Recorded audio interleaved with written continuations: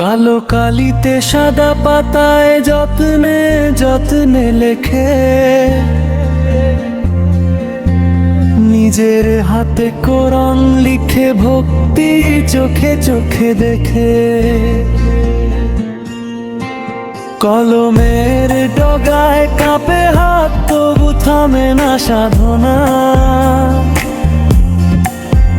কারণ আয়াততি তাকে শেখায় জীবনের সত্য বাণীটা জানা।